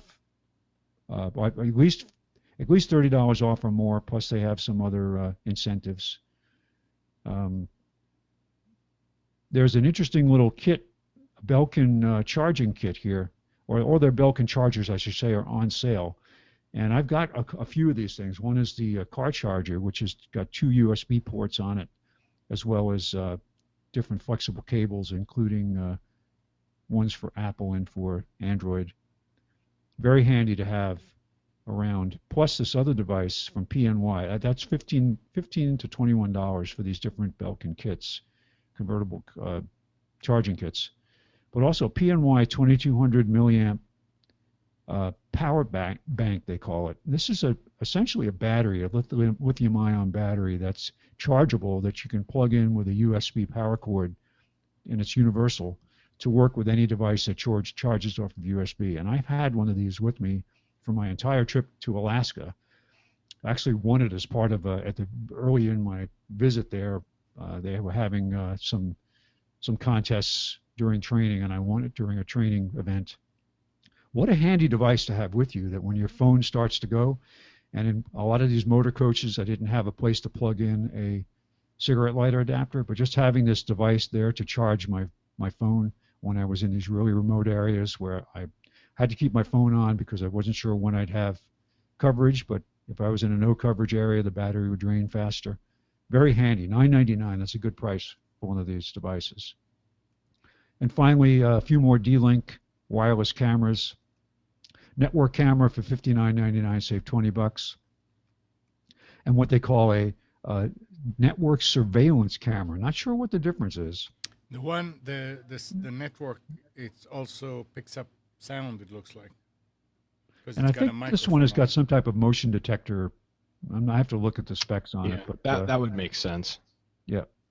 But $99.99, save $40. So $59.99 or $99.99 on sale for D-Link. And it may also have like a smartphone app or something that alerts you with motion and right to alert you. Features. Yes, so the surveillance part of it could be interesting. So I wonder if it doesn't look like it's got a pan or swivel automated. No, it's fixed. Yeah, the most important information about it they're not giving is the resolution. Well, that's the big problem. And you know, when I was going back to this SnowCam thing, for the longest time, I'd love to use surveillance cameras, but I mean, Amnon, you can speak firsthand. The resolution is awful on them. Is it for the most part, yeah. You can't get a good surveillance camera for probably under $200 or $300 that's HD. It'll say HD, but it's 480. Yeah, you and can get you don't need to go. You need to look at, if you're trying to go on the cheap, you look at how many TV lines.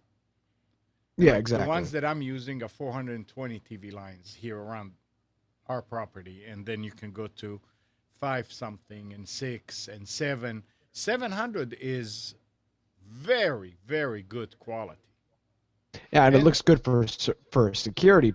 Yeah, right. Perspective, but when you start getting into wanting to do like higher quality video, no, it's not going. It's not like your. It's not like your cam, like your. Exactly, and that's why I was forced to do some type of workaround, because it's interesting. Even Dropcam, who sells the HD full 720p cameras, they don't have an outdoor model, which is really interesting to me. I would think that there's nobody in that market for a reasonable price point, and I would have bought a Dropcam if it was an outdoor model, and unfortunately there's not yet. There's some workarounds and enclosures, but there's not an outdoor Dropcam, which is interesting. Yeah. Well, Spence, thank you.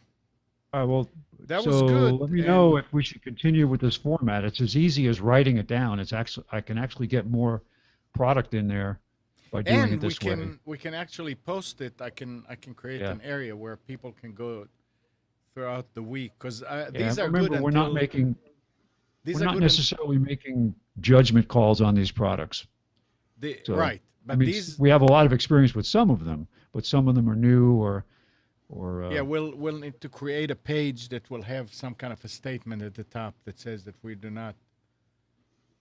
It's not that we. by mentioning these products, we do not endorse them. Yeah, but that's why I thought something like this would be a good idea. Cause so like later on in the week, if people are out shopping or whatever, if they can. Well, this is really just to consolidate down and kind of weed through the ads that they can get themselves if they just want to see. Yeah, exactly. Spence, for the most part, these are good and throughout next Saturday, right? This is for this week. Yes, this is these are all taken from the weekly ads that are posted online. Thanks for taking the time and trouble to do it, Spence. I'm looking forward to having a look at the PDF in the week when I want a good cry. Yeah, Spencer, I appreciate it. I think it'll be good for the audience. Very nice. Like I said, it didn't take that much. Amnon says, "How did you do this?" I said, "Well, I did PowerPoint professionally for so many years that it was no big deal for me to just throw this together, as long as I had the time and a fast enough machine that I didn't have a delay." It'll take me hours to do something like that. So Spence, how long did it take you to put this together? 40 minutes. Oh, that's not bad. And that was literally getting up, pouring coffee, and sitting down at the machine. So if I was more awake, I probably could have done a little faster. Very nice. Well, it's very kind of you. Thank you. Thank you. Amnon, how long would it have taken you to do this? Hours. Literally, seriously. I mean, that's not something that I mean, well, you would need a computer that could run PowerPoint.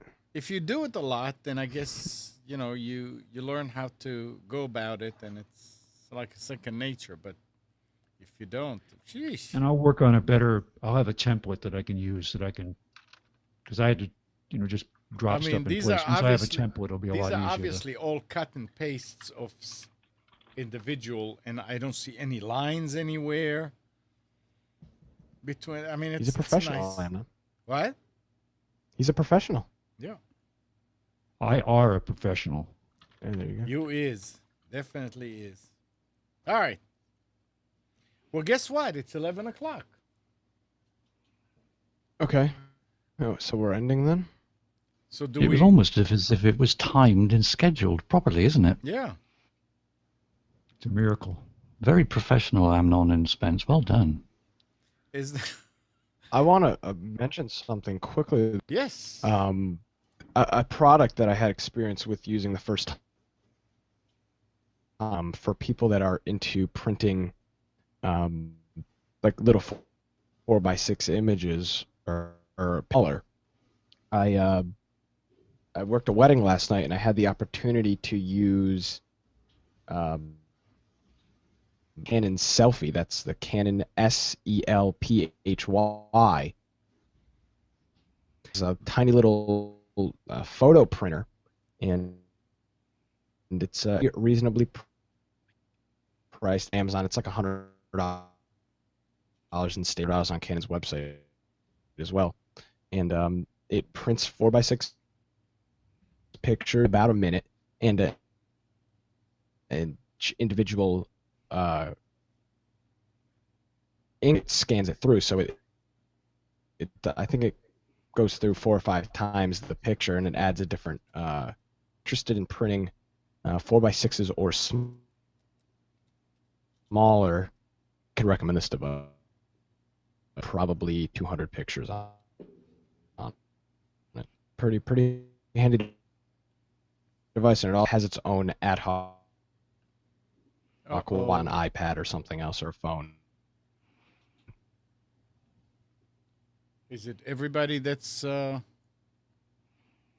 deteriorating? Hearing the jitter? Yeah, I put it. Yeah, people responded on the chat saying, yeah, they're hearing the jitter. I'll be damned. Well, you look and sound okay. Interesting. Okay. Anything else? Did I get cut off on that, or what happened? It's still cutting off. You were pretty jittery there about every 8 to 10 seconds.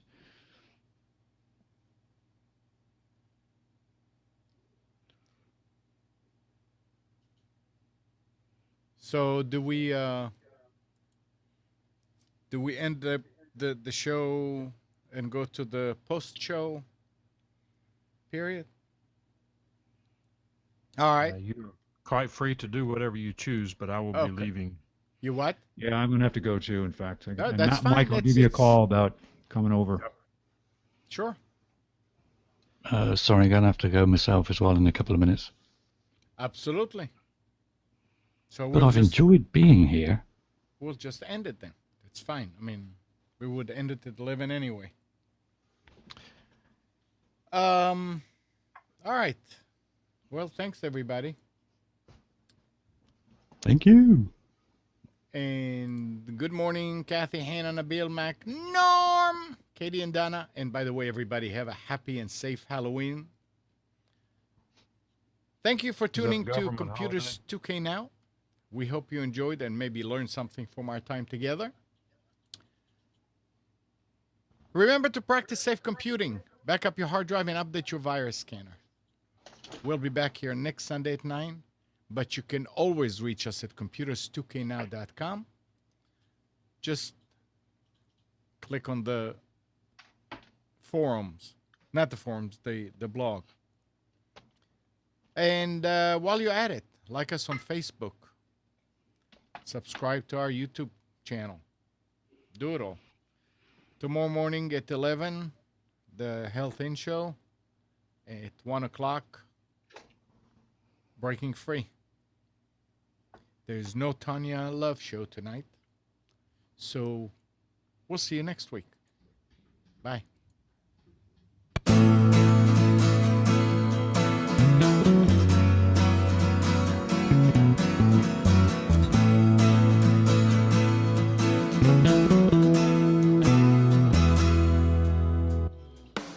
You are tuned to the Nissan Communications Network. Our weekly lineup of call-in programs includes Computers 2K Now with Amnon Nissan, Health In with Debbie Bruck, Breaking Free with Marilyn Shannon, Lessons of Vietnam with NCVVI members, The Tanya Love Show, Your Healthy Pet with Gisela DiCarlo. And if you tuned in too late, you can always watch each program in its entirety or download an MP3 audio file of it at www.nissancommunications.com. Sponsored by Atomus.com, makers of quality video recorders and converters for professionals, CarolinaApparel.com, and DeltaForce.net.